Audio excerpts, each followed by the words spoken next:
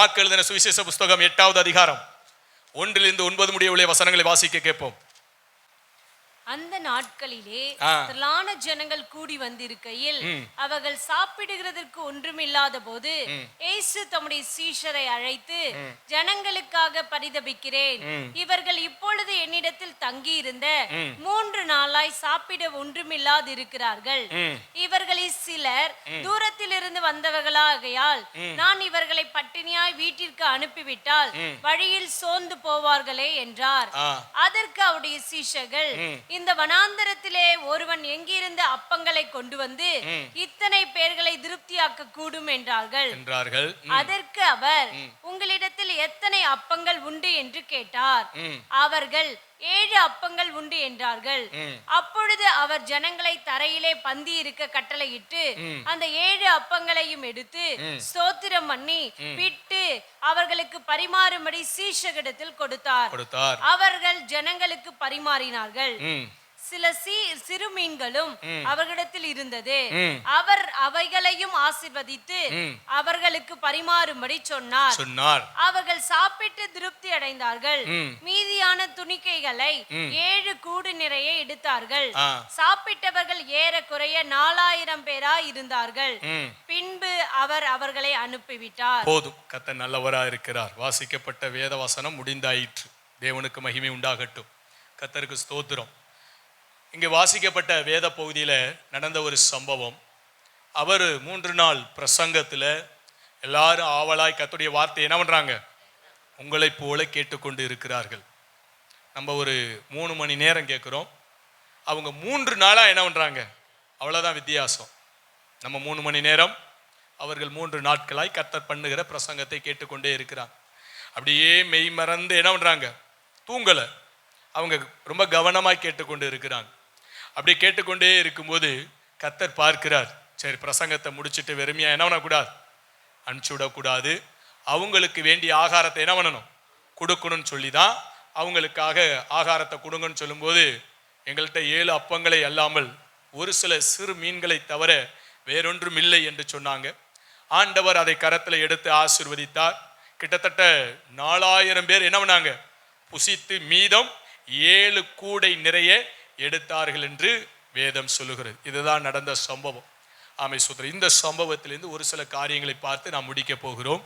அங்கு வாசித்து வந்த வேளையில இரட்சகர் பார்த்து சொல்லுகிறார், இவர்களுக்காய் பரிதபிக்கிறேன். இவர்களுக்காய், அந்த வசனத்தை வாசிங்களேன். ஜனங்களுக்காக பரிதபிக்கிறேன். போதும், ஜனங்களுக்காக இரட்சகர் இயேசு சொல்லுகிறார், பரிதபிக்கிறேன் என்று கர்த்தர் சொல்லுகிறார். இன்னைக்கும் இரட்சகர் இயேசு நமக்காய் பரிதபிக்கிற ஒரு தேவனாய் இருக்கிறார்.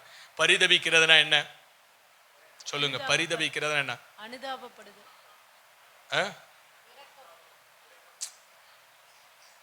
நமக்காக எதையாவது அவங்களுக்கு செய்யலாமே, அவங்க ரொம்ப ஒரு சூழ்நிலையில் இருக்கிறாங்களே அப்படின்னு மனசு பதறும் பத்தியில.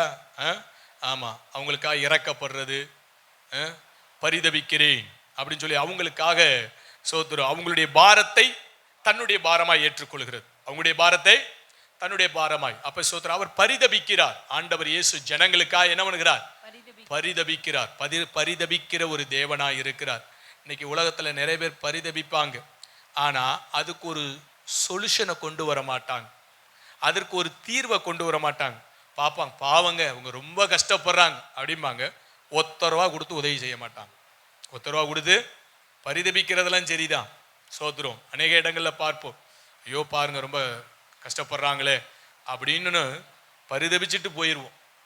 அதற்கு ஒரு காரியத்தை செய்வோங்கிற இடத்திற்கு கடந்து வர மாட்டோம். ஒருவேளை ஒருத்தர் விபத்தில் அடிபட்டு கிடக்கிறான்னு வச்சுக்கோங்க, ஐயோ பாரு ரத்தம் வருதே, இப்படி மண்டை உடஞ்சி கிடக்கிறாரே, சோதரம் இப்படி ஆகிப்போச்சு அப்படி ஆகிப்போச்சுன்னு சொல்லி, ஐயோ என்னால் கண்ணால் கூட என்ன பண்ண முடியல, கண்ணை வேற பொத்திக்குவாங்க, கண்ணால் பார்க்க முடியலையே. எல்லாம் சரிதான், வேற யார் ஆஸ்பத்திரி கொண்டு போய் சேர்க்கறது? அட்லீஸ்ட் 108க்காவது என்ன பண்ணலாம், போன் அடிக்கலாம். இல்லை 4 பேரை கூப்பிட்டாவது என்ன பண்ணலாம், ஒரு ஆட்டாவுக்கு ₹50 கொடுத்து ஆஸ்பத்திரியாவது என்ன பண்ணலாம். இந்த பரிதபிக்கிறதோட சரி. நீங்க பரிதபிக்கிறீங்களா? எப்படி பரிதபிக்கிறீ?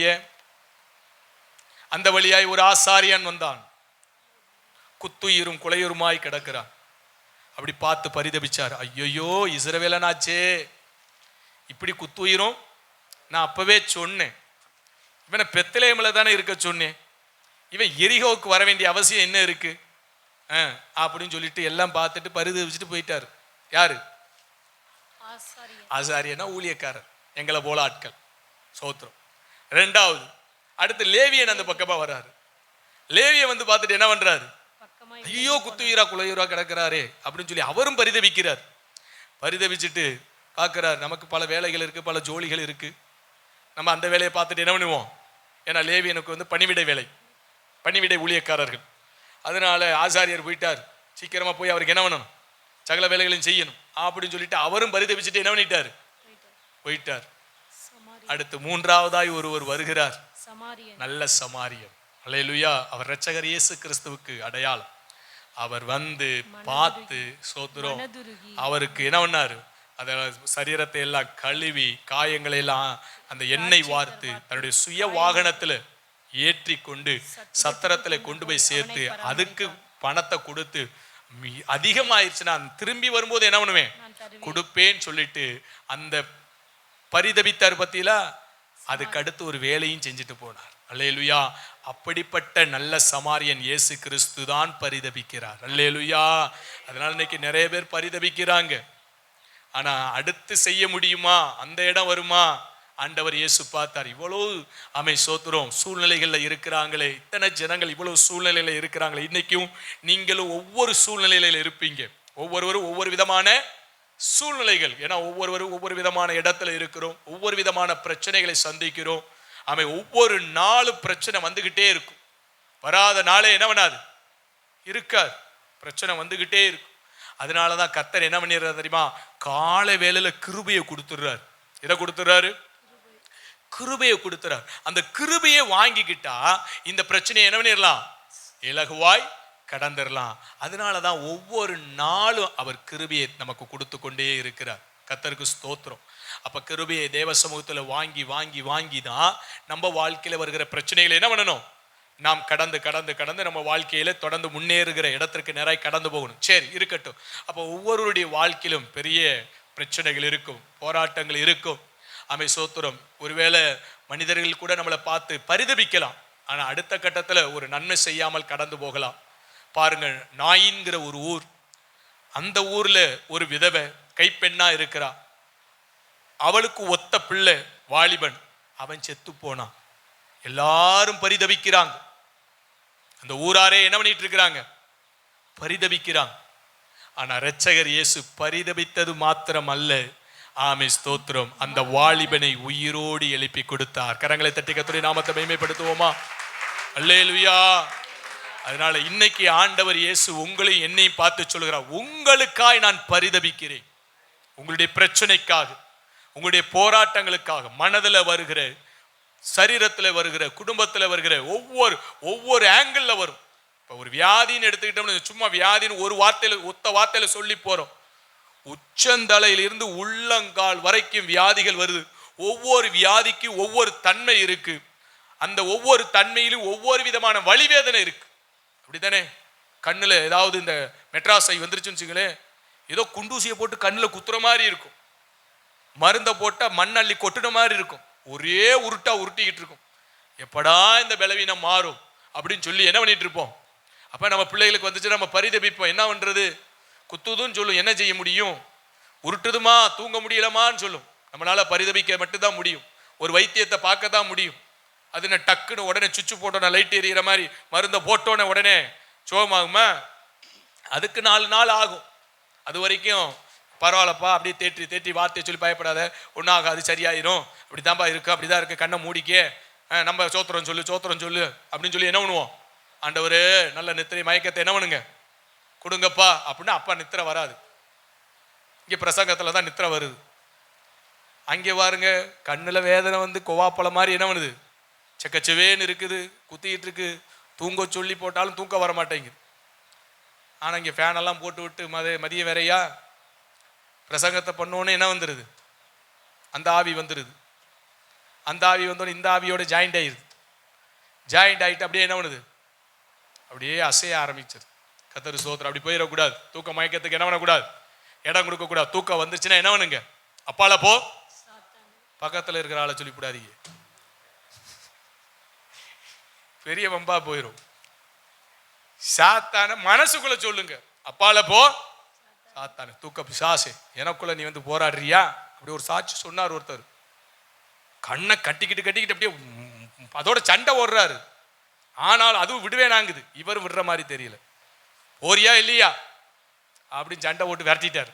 விரட்டினதுக்கு அப்புறம் தான் அவருக்கு என்ன வந்துச்சு, அப்பா என்னடா இப்படி ஒரு தூக்க மயக்கம் வந்து போராடி இருக்கே, அது பிசாசு அப்படின்னு சொல்லி கர்த்தருக்கு ஸ்தோத்திரம். அப்படியே கொஞ்சம் தண்ணி எடுத்து மூஞ்சில் அடிச்சுட்டு அந்த ஆவியை விரட்டிட்டு என்ன பண்ணிடணும், உட்காந்து நல்ல கர்த்தருடைய வார்த்தை என்ன பண்ணணும், கேட்டு உள்வாங்கி அதன்படி நடக்கிற இடத்துக்கு போகும்போது ஆசீர்வாதமா இருப்போம். சரி, எல்லாரும் பரிதபிக்கிறாங்க, நம்முடைய வாழ்க்கையில பரிதபிக்கிறாங்க. ஆனா நாயினூர்ல சோத்திரம் எல்லாரும் பரிதபிச்சு ஒன்றும் ஆகலை. ஆனா இரட்சகர் இயேசு பிரச்சனையை மாற்றி கொடுத்தார். அந்த இயேசு தான் பரிதபிக்கிறார். ஆமை 3 நாட்களாய் ஆமை சோத்திரம் புசியாம இருக்கிறாங்களேன்னு சொல்லி இந்த ஜனங்களுக்காய் பரிதபிக்கிற தேவன் ஆமை சோத்திரம் உங்களுக்காகவும் பரிதபிக்கிறார், எனக்காகவும் பரிதபிக்கிறார். பரிதபிக்கிறது மாத்திரமல்ல, இரவும் பகலும் பரிந்து பேசிக்கொண்டியும் இருக்கிறார். அல்லேலூயா. பிதாவாகிய தேவனிடத்தில் என்ன பண்றார், பரிந்து பேசுறார் நமக்காக. ஒவ்வொரு நாளும் நம்ம சொல்லலாம், இப்படி ஒரு பிரச்சனையில இருக்கிறேனே, இப்படி ஒரு சூழ்நிலையில இருக்கிறேனே, இப்படி ஒரு கஷ்டத்துல இருக்கிறேனே. கர்த்தர் பரிதபிக்கலைனா, கர்த்தர் பரிந்து பேசலைனா அதை விட மோசமான இடத்துல நிற்போம். அதை விட பல மடங்கு மோசமான இடத்துல இருப்போம். அவர் பரிதபிக்கிறதுனாலும் நமக்காய் பரிந்து பேசுகிறதுனால தான் இந்த நிலைமையில இருக்கிறோங்கிறத நீங்களும் நான் என்ன பண்ணிக்கொள்ளணும், புரிந்து கொள்ளணும். சீக்கிரத்தில் அந்த சூழ்நிலையை மாற்றி கொடுப்பார். அதனால யார் பரிதபிக்கிறாங்களோ இல்லையோ, நமக்காய் இரட்சகர் இயேசு என்ன பண்ணிக்கிட்டு இருக்கிறார், அவர் நமக்காய் பரிதபிக்கிற தேவன். ஆமே சோத்திர. கண்டு காணாதவர் போல மனுஷங்க தான் அந்த தந்திரமெல்லாம் இருக்கும். மனுஷனுக்குள்ள என்ன இருக்கும், பார்க்குற மாதிரி பார்ப்பான், பார்க்காத மாதிரி பார்ப்பான், பார்த்தும் பார்க்காதது போல என்ன பண்ணுவான், போய்கிட்டே இருப்பான். தேவன் அப்படி அல்ல. ஆமை சோத்திர. அவர் உண்மையாகவே பரிதபிப்பார். சில பேர் பார்த்தா பரிதபிக்கிற மாதிரி இருக்கும் நமக்கு முன்னால, ஆனா உள்ள நினைச்சிட்டு இருப்பான், இவனுக்கு இதுவும் வேணும், என்ன சரியா விழுகலையா அடி, என்னப்பா அடி வலிக்குதாப்பா, வாயில இப்படி கேட்பா, தொடச்சுக்கப்பா சோதரம், நல்ல வைத்தியசாலையை போய் பாரு. உள்ள நினைக்கும், குத்துனவன் தான் குத்துனா, இந்த 2 பல்ல கழட்டி விட்டுட்டு போயிருந்தா கூட பரவாயில்ல, என்ன பேச்சு பேசுங்கிறிய அப்படின்பா. எப்படிப்பட்ட பரிதபிப்பு பார்த்தீங்களா? இப்படி பரிதபிக்க கூடாது. அதுக்கடுத்து உண்மையாகவே பரிதபிப்பாங்க. ஆனா அவங்களால செய்ய வேண்டிய நன்மை ஏதாவது ஒன்று செய்யலாம், ஆனா அதை செய்யற இடத்துக்கு போக மாட்டாங்க. ஆனா இரட்சகர் இயேசு உண்மையாய் பரிதபிச்சு நமக்காய் நன்மை செய்கிறவராய் இருக்கிறார். ஆமை சுத்துறோம். அவங்களை எப்படி நான் பட்டினியா அனுப்புவேன், இந்த வசனத்தை வச்சுதான் நம்ம உங்களுக்கு ஆகாரம் போட்டது. யாரையும் வெறுமையாய் அனுப்பக்கூடாது, ஆண்டவர் வந்தவங்களுக்கு ஆகாரம் கொடுத்தாரே அப்படிங்கிற ஒரு ஆசை என் இருதயத்துக்குள்ள இருந்ததுனால தான் சோத்திரம். நம்ம பழைய வீட்டில் இருக்கும்போது, வாடகை வீட்டில் இருக்கிறோம், வசதி வாய்ப்பு இல்லை, ஆனாலும் கஞ்சியை கொடுத்து தான் அனுப்பிச்சோம். கர்த்தருக்கு ஸ்தோத்திரம். ஆனாலும் ஆகாரம் போடணுங்கிற ஒரு பெரிய ஆசை இருந்துச்சு. அவன் கர்த்தர் குறிப்பிட்ட காலங்கள் போடுவதற்கும் தேவன் உதவி செய்தார். எல்லாவற்றுக்கும் ஒரு காலம் உண்டு. அதானே பிரசங்கி சொல்லியிருக்கு, சோறு போடுறதுக்கு ஒரு காலம் உண்டு, கஞ்சி கொடுப்பதுக்கு ஒரு காலம் உண்டு, சோறை நிறுத்துறதுக்கும் ஒரு காலம் உண்டு. அதெல்லாம் நீங்க உருவாக்கி கொடுத்த உங்களுக்கு நன்றி. கர்த்தருக்கு சோத்திரம். அல்லேலூயா. இல்லைன்னா அதை போட்டு மல்லு கட்டிட்டு அந்த வேலையில செஞ்சுக்கிட்டு கர்த்தருக்கு சோத்திரம் சோத்திரம். ஆனாலும் கர்த்தர் கொஞ்ச காலம் நிறைவேற்றி கொடுத்தார். ஆண்ட ஆசையை என்ன பண்ணார், நிறைவேற்றி கொடுத்தார். கர்த்தருக்கு சோத்திரம். ஆனாலும் ஒரு கஞ்சியாவது கொடுத்து என்ன பண்ணிடணும், ஆமை சோத்திரம், நிரப்பி அனுப்பிச்சிடணும் அப்படின்னு சொல்லி அந்த ஆண்டவருக்கு எப்படிப்பட்ட உள்ளம் பாருங்க. 3 நாட்கள் அவங்க ஃபுல் ஃபாஸ்டிங்கில் இருக்கிறாங்க. அதனால எப்படியாவது இவங்களுக்கு ஒரு ஆகாரத்தை கொடுக்கணும், அவங்களுக்காக நான் பரிதபிக்கிறேன் என்று சொன்ன கர்த்தர் வெறும் ஆகாரத்திற்கு மாத்திரமல்ல, நம்ம வாழ்க்கையில எந்த பகுதியிலும் பாதிப்புகள் கடந்து வந்தாலும் அந்த பாதிப்புகளுக்காக இரட்சகர் பரிதபிக்கிறார் என்கிறதை ஒரு நாளும் நீங்களும் நானும் என்ன பண்ண வேண்டாம், மறந்து போக வேண்டாம். நீங்க வியாதியில இருந்தால் அவர் பரிதபிக்கிறார், ஒரு தருத்தரத்துல இருந்தால் பரிதபிக்கிறார், சமாதானத்தை இழந்து நின்றாலும் பரிதபிக்கிறார், எந்த பிரச்சனைக்குள்ளே நாம் சிக்கி நின்றாலும் நம்மளை பரிதபிக்கிறவராய், நமக்கு பரிதபிக்கிற தேவனாய் இருக்கிறார். ஆனா எங்க இருக்கணும் தெரியுமா, கர்த்தருக்கு முன்னால இருக்கணும். அதான் ரொம்ப முக்கியம். ரோட்ல எவ்வளவு பேர், அந்த உலகத்துல எத்தனை பேர் பட்னியா இருந்தான், எவ்வளவு பேர் பசுமையும் பட்னியா இருக்கிறாங்க. எல்லாருக்காக தேவன் பரிதபிக்கல, தனக்கு முன்னால நிற்கிற ஜனங்களுடைய சூழ்நிலையை பார்த்துதான் தேவன் பரிதபிக்கிறவராக இருக்கிறார். இன்னைக்கு இரட்சகருக்கு முன்னால நீங்க நிக்கிறீங்க, உங்க பிரச்சனைக்காக, என் பிரச்சனைக்காக இரட்சகர் பரிதபிக்கிறவராகவே இருக்கிறார். கரங்களை தட்டி கர்த்தருடைய நாமத்தை மகிமைப்படுத்துவோம்.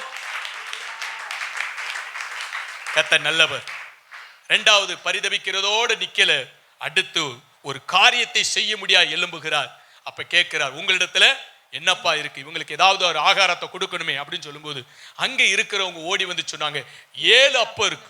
வாரத்துக்கு எத்தனை நாள்? 7 நாள். தேவனுடைய சிருஷ்டிப்பும் 6 நாட்கள் சிருஷ்டிக்கப்பட்டு 7வது நாளில் ஓய்ந்திருந்தார் என்று சொல்லப்பட்டு இருக்கிறது. 7 நாள் என்று சொல்லி பார்க்கிறோம். அப்போஸ்தலருடைய சத்திய உபதேசமும் 7 இருக்கிறது. ஆமை சோத்திர. நாகமான் குஷ்டரோகியை ஆமை சோத்திர அந்த ஜலத்திலே மூழ்கி எழுந்திருக்க முடியாய் சொல்லப்பட்ட எண்ணிக்கையும் 7 என்று சொல்லப்படுகிறது. அங்கு 7 அப்பங்கள் இருந்தது. 7 என்பது பூரணத்திற்கு அடையாளம். 7 என்பது பூரணத்திற்கு அடையாளம். 8 பரிபூரணம். 7 பூரணம், 8 என்னது? ஆமா, நீங்களும் நானும் கர்த்தருக்குள்ள பூரணமா இருக்கணும். கர்த்தருக்குள்ள எப்படி இருக்கணும்? பூரணமா. பரிபூர்ணங்கிற இடத்தை அவர் நிரப்புவார். ஆனா பூரணங்கிற இடத்துக்கு என்ன பண்ணணும்? ஆமா, ஜெபத்துல பக்கத்துல கேளுங்க, ஜெபத்துல பூரணமா இருக்கிறீங்களா? வேத வாசிப்புல பூரணமா இருக்கிறீங்களா? சோத்திரம். தேவனை தேடுகிறதுல பூரணமா இருக்கிறீங்களா? கர்த்தருடைய கூடுகையில நீங்க பூரணமா இருக்கிறீங்களா? இல்லையே, 9:30 இன்னைக்கு வந்தேன், ஐயோ பூரணம் இல்லை, அது அறப்பூரணமாவில் இருக்குது. ஆமை சோத்திரம். ரைட். அப்ப சோத்திர கர்த்தருடைய காரியங்கள்ல, நம்முடைய சுபாவங்கள்ல, இதுல எல்லாம் கர்த்தர் எதை எதிர்பார்க்கிறார்? ஆமை சோத்திர தனக்கு முன்னால நிற்கிற ஜனங்களை பார்த்துதான் சொல்லுகிறார். கர்த்தருக்கு முன்னால நிற்கிறவர்களை பார்த்துதான் அவர் பரிதபிக்கிறார். அங்கு 7 அப்பங்கள் இருந்ததை போல, 7 பூரணத்தை வெளிப்படுத்துகிறதை போல நம்முடைய வாழ்க்கையிலும் இந்த காரியங்களிலெல்லாம் நம்ம பூர்ணப்படுத்திட்டோம்னா ஆண்டவர் ஒரு அற்புதம் செய்வார். ஆமை சோத்திரம். திருப்தியாக்கி அனுப்புவார். என்ன பண்ணி அனுப்புவார்? திருப்தியாக்கி அனுப்புவார். மீதம் எடுக்கவும் கர்த்தர் செய்வார். அல்லேலூயா. திருப்தியாக்கி அனுப்பிடுவா, தேவைகளை சந்திப்பா, மீதம் எடுக்க வைப்பா, பிறருக்கு கொடுக்க வைப்பா, திருப்தியாக்கி நடத்திடுவா, தேவைகளை சந்திப்பா, மீதம் எடுக்க வைப்பா, பிறருக்கு கொடுக்க வைப்பா. அல்லேலூயா. யாருக்கு அவர் திருப்தியாக்குவார்னா, பூரணங்கிற ஒரு இடம் வரணும். பூரணங்கிற ஒரு இடம் வரணும். அதனால எங்கெல்லாம் நம்ம பூர்ணம் அடைய முடியாமல் இருக்கிறதோ அந்த இடத்துல என்ன பண்ணுங்க? பூர்ணப்படுத்துங்க. ஆமை. வார்த்தைகளுக்கு கீழ்ப்படிய முடியலையா? கீழ்ப்படிகிற இடத்துல பூர்ணப்படுத்துங்க. எலியா பாருங்க, சோத்திரம். தேவனுடைய அக்கினியை இறக்கி அவரே தெய்வம்னு நிரூபிக்கணும். பலிபீடத்துக்கு போய் நிற்கிறார். பலிபீடம் எப்படி இருக்கு? தகர்க்கப்பட்டு இருக்கு. அப்ப அந்த தகர்க்கப்பட்ட பலிபீடத்தை அவர் என்ன பண்றார்? செப்பன் எடுக்கிறார். அதான் பூரணப்படுகிறது, பூர்ணப்படுத்துறது. அறகுறையா இருக்கு, வாழ்க்கை அறகுறையா இருக்கு, ஜீவியம் அறகுறையா இருக்கு. ஆமை சோத்திரம். ஆத்துல ஒரு கால், சேத்துல ஒரு கால். ஆமை சோத்திரம். இங்க வந்தா அல்லேலியா சோத்திரம். வெளியில போனா கெட்ட வார்த்தைகள், தூசண வார்த்தைகள், கடுமையான வார்த்தைகள். ஆமை சோத்திரம். அப்படிப்பட்ட இடங்களாய் கடந்து போகுது. அப்ப பூரணம் இல்லை, அறகுறையா இருக்கு. பலிபீடம் தகர்க்கப்பட்டு இருக்கு. ஆனா அதையெல்லாம் செப்பனிட்டதுக்கு பின்பதாக தேவ சமூகத்தில் எலியா கரங்களை உயர்த்தி ஜெபித்த போது வானத்திலிருந்து அக்கினி பலிபீடத்தில் இறங்கி எலியாவின் தேவனே தேவன் என்று சொல்லத்தக்கதாக கர்த்தருடைய வல்லமை வெளிப்பட்டது. அல்லேலூயா. உங்க வாழ்க்கையிலும் என் வாழ்க்கையிலும் கர்த்தருடைய வல்லமை வெளிப்படணும்னா 7 என்று சொல்லுகிற பூரணம் நமக்குள்ளே கடந்து வருமானால் நிச்சயமாகவே திருப்திங்கிற இடத்தை நம்முடைய வாழ்க்கையில நிறைவு செய்து ஆசீர்வதிப்பார். அதனால நம்முடைய வாழ்க்கையில எந்தெந்த பலிபீடங்கள் தகர்க்கப்பட்டிருக்கோ அதெல்லாம் செப்பனிடுங்க, பூர்ணங்கிற இடத்துக்கு வாங்க, ஆசீர்வதிப்பார். ரைட். 7 அப்பங்களை வச்சு 4000 பேருக்கு சோறு போட முடியுமா? எவ்வளவு மீன் இருக்கா? ஒரு சில மீன்கள் இருக்கு. கர்த்தருக்கு சோத்திரம். அதனாலதான் நம்மள என்ன பண்றோம்? விசேஷ ஸ்பெஷல் மீட்டிங் வச்சா சரி மீனை போடுறோம். ஆமை சோத்திரம். ஏன்னா ஆண்டவர் மீன் தான் கொடுத்துருக்கிறார். அவர் வச்ச கன்வென்ஷன்ல நிறைய ஆயிரக்கணக்கான ஜனங்கள் வந்திருக்கிறாங்க. அவங்களுக்கு அப்பமும் மீன் என்ன பண்ணியிருக்கிறார்? கொடுத்துருக்கிறார். அப்ப ஒரு சில மீன்கள் இருந்தது, 7 அப்பங்கள் இருந்தது. இதை வச்சு 4000 பேருக்கு என்ன பண்ணியிருக்கிறார்? போஜனத்தை கொடுத்து அதுக்கப்புறம் மீத எவ்வளவு எடுத்திருக்கிறாங்க? 7 கூடை. ஆமீன். மீதம் எடுக்க முடியாய் கர்த்தர் கிருபை செய்தார். அப்ப நம்முடைய வாழ்க்கையில இருக்கிறது கொஞ்சமா இருக்கலாம். நம்முடைய வாழ்க்கையில கொஞ்சமா இருக்கலாம். அது எது வேணாலும் இருக்கட்டும். அது பொருளாதாரமா இருக்கட்டும், குடும்ப சமாதானமா இருக்கட்டும், உடல் சுகமா இருக்கட்டும், எதுவா இருக்கட்டும். ஆனா எவ்வளவு இருக்கு? கொஞ்சமா இருக்கு. சினமோ திரளா இருக்கு. ஆமா 4000 பேர். ஆனா இருக்கிறது கொஞ்சம். இது போலதான் நம்முடைய வாழ்க்கையிலும் தேவைகள் நிறைய இருக்கு. தேவைகள் ஆமா, இருப்பு என்னவா இருக்கு. ஆமா, இப்ப கூட அந்த ஏழை விதவை சொன்னா பார்த்தீங்களா, சாமி கொஞ்சோண்டு மாவுதான், ஒரு கரண்டி என்னதான், அதுல 2 அடை தான் சுட முடியும். ஒன்று எனக்கு, இன்னொன்று என் பிள்ளைக்கு. சாப்பிட்டுட்டு சாக போறோம். சாப்பிட்டு என்ன பண்ண போறோம்? சரி, அதெல்லாம் அப்புறம் இருக்கட்டும். சுடுறதுல ஒன்றை எனக்கு என்ன பண்ணிரு. ஆமா, சோத்திரம் அப்படின்னு கத்தட்ட கொண்டு போய் அந்த முதலடையை கொடுத்தா பாருங்க, சோத்திரம். இனி என் வார்த்தையின்றி அது என்ன பண்ணாது, ஒரு நாளும் குறையாது அப்படின்னு சொன்னோன்னு பஞ்சகாலம் முழுவதும் எலியா, சாரிபாத் விதவை, அவனுடைய மகன், அவருடைய சொந்த பந்த உறவுகள் எல்லாம் சாப்பிட்டு நல்லா என்ன பண்றாங்க, புஷ்டியா இருக்கிறான். அல்லேலூயா. ஏன் தெரியுமா? பிரச்சனை கர்த்தரிடத்துல போனது. அதுதான் காரியம். பிரச்சனை எங்க போயிருச்சு? கர்த்தர்கிட்ட போயிருச்சு. நம்ம கையில வச்சுக்கிட்டு உருட்டிக்கிட்டு பிரட்டிக்கிட்டு கிடந்தா அப்படியே என்ன பண்ணிட்டே இருக்க வேண்டியதான். அதோட நம்ம மல்லு கட்ட, அது நம்மளை மல்லு கட்ட, உருண்டுகிட்டு பிறண்டுகிட்டு சோத்துறோம். அந்த எதையாவது ஒன்று நம்ம பிடிக்கலான்னு பார்த்தா அது நம்மளை பிடிச்சிக்கிட்டு கிடக்கும். ஆனா கர்த்தர்கிட்ட கொண்டு போயிருங்க அந்த பிரச்சனை. ஆண்டவரே கொஞ்சம் தான்ப்பா இருக்கு, நீங்க என்ன பண்ணணும்? ஆசீர்வதிக்கணும். ஒரு ஊழியக்காரர் அம்மா, அவங்க எப்படி ஜெபம் பண்ணுவாங்களாம், சோதர வீட்டில் போய் பார்ப்பாங்களாம், சட்டியை பார்ப்பாங்களாம், அரிசி இருக்கிற பானையில் கொஞ்சோண்டு அரிசி இருக்குமா. ஏசப்பா ஆசீர்வதிங்க. சோத்திரம். பார்த்தீங்கன்னா சோத்திரம், மிக்சி இருக்காது, கிரைண்டர் இருக்காது, ஒரு பீரோல் இருக்காது, ஒன்றும் இருக்காது, ஃபேன் இருக்காது.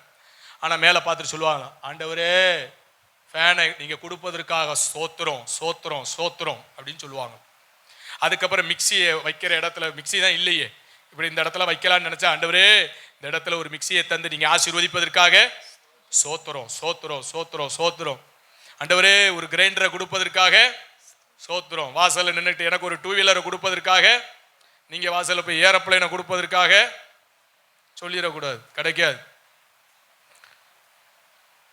நமக்கு என்ன தேவையோ அதை கேளுங்க. கர்த்தர் என்ன பண்ணுவார்?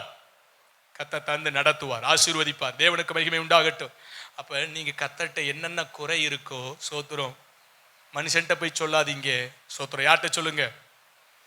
ஆமா, ஹோட்டல்லாம் போனா அழகா ஒரு வாசகம் எழுதியிருப்பாங்க, நல்லா மூக்கு பிடிக்க சாப்பிட்டு என்ன பண்ணுங்க,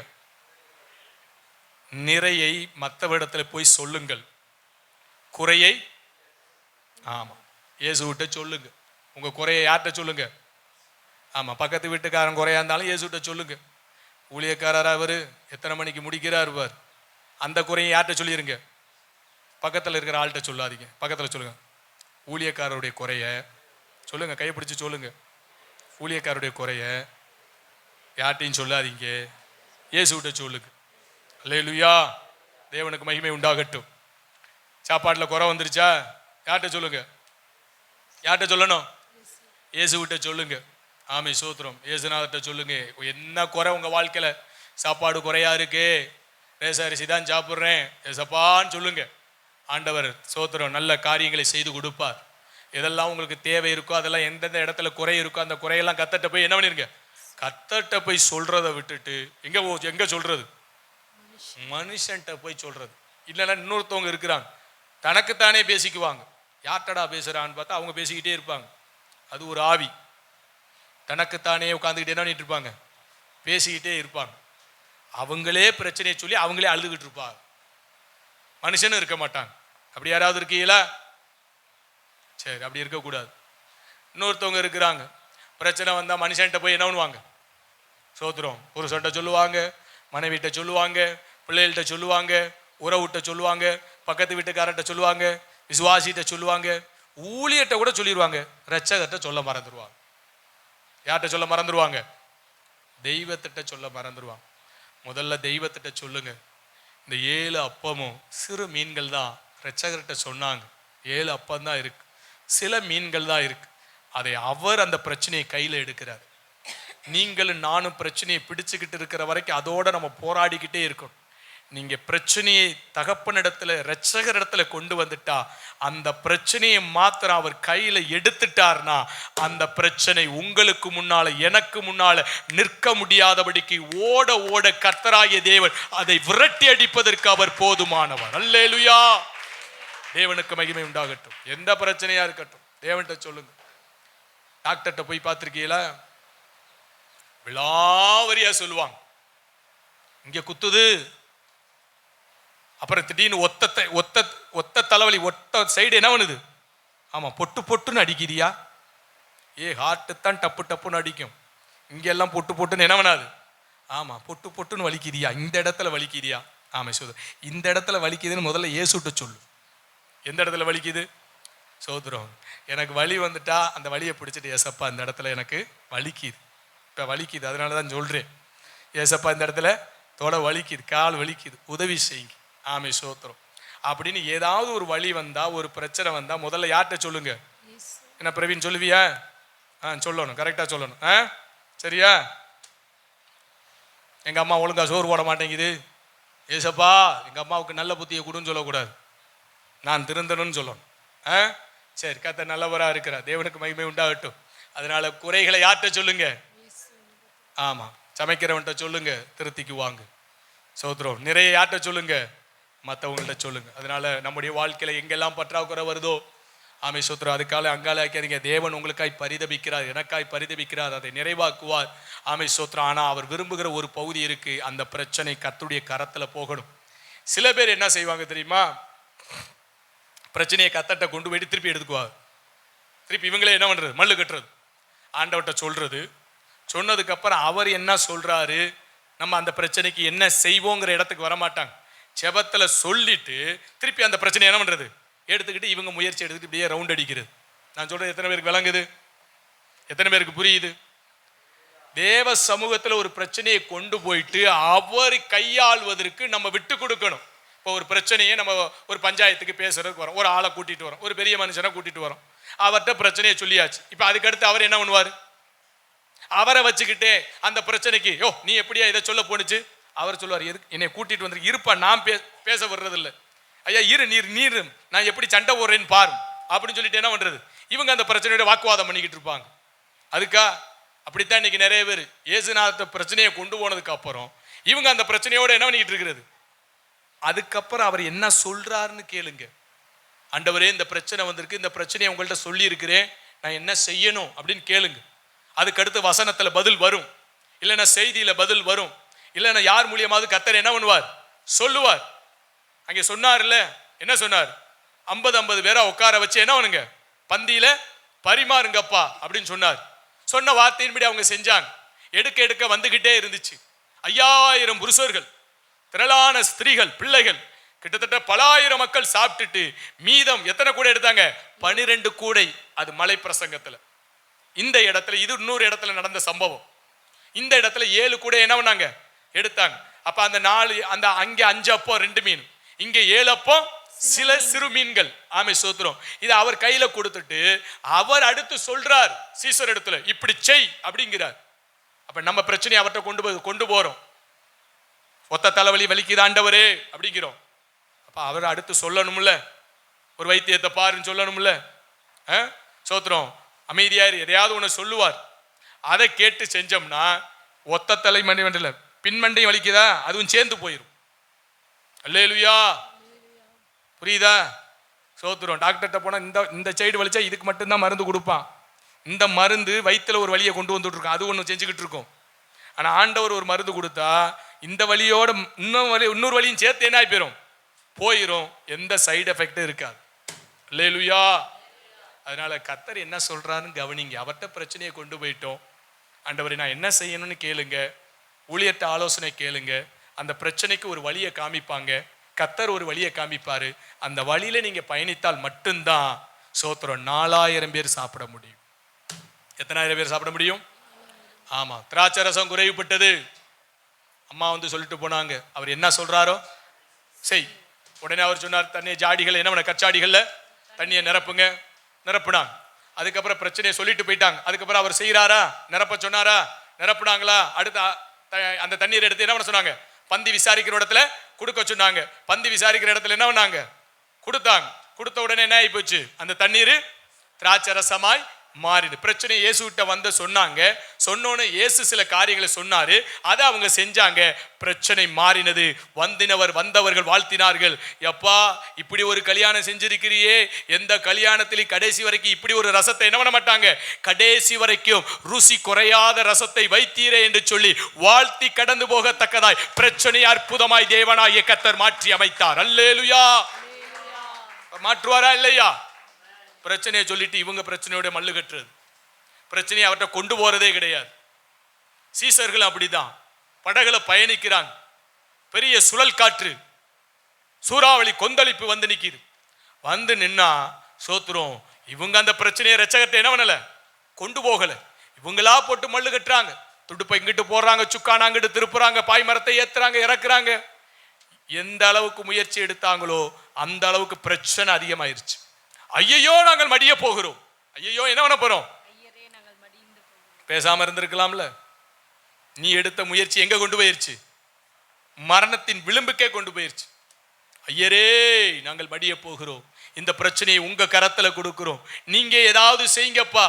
முதல்ல சொன்ன, நீங்க சும்மா இருங்கப்பா அப்படின்னு சொல்லிட்டு அவர் எழும்பி என்ன பண்ணார்? காற்றையும் புயலையும் அடர்த்தினார். உடனே அமைதல் உண்டாயிற்று. காற்றும் கடலும் இவருக்கு கீழ்ப்படுகிறதே. இவர் எப்படிப்பட்டவர் என்று சொல்லி வியந்து நின்றார்கள். எப்படிப்பட்ட தேவனை நாம் ஆராதிக்கிறோம். அண்ட சராசரங்களை கட்டுப்படுத்துகிற தேவன் காற்றையும் புயலையும் அடக்கி அந்த இடத்திலே ஒரு அற்புதத்தை செய்தார். அந்த தேவன் நமக்கு நிச்சயமாய் அற்புதங்களை செய்வார். அவர்கிட்ட பிரச்சனையை கொண்டு போங்க. கொண்டு போனதுக்கு மாத்திரம் திருப்பி எடுத்துக்கிட்டு வந்துடாதீங்க. ஆமை சோத்திரம். அவர் என்ன சொல்றாருன்னு கேளுங்க. அவர் சொல்றத நீங்க செஞ்சிட்டா, நான் செஞ்சிட்டா அற்புதம் நடக்கும். அல்லேலூயா. ஆமை சோத்திரம். கர்த்தர் நல்லவரா இருக்கிறார். எத்தனை ஆயிரம் பேர் சாப்பிட்டாங்களா? 4000 பேர்கள் சாப்பிட்டு மீதம் எவ்வளவு எடுத்தாங்களா? 7 கூட நிறைய எடுத்ததை போல உங்க வாழ்க்கையில திருப்திங்கிற இடத்துக்கு கொண்டு போய் மீதம் எடுக்கிற அளவுக்கு கர்த்தர் அந்த பிரச்சனையை மாற்றி அமைக்க அவர் போதுமானவராய் இருக்கிறார். அல்லேலூயா. அப்படியே முழங்கால் மண்டிடுவோம், கண்களை மூடி ஜெபிங்க. சொன்ன சத்தியத்தை புரிந்து கொள்ளுங்க. இரட்சகர் பரிதபிக்கிறார் உங்களுக்காய் எனக்காய். அவர் அப்படியே பரிதபிச்சுட்டு போயிட மாட்டார். நம்ம பிரச்சனையை மாற்றி கொடுப்பார். ஆனா பிரச்சனை அவர் கைக்கு வரணும்.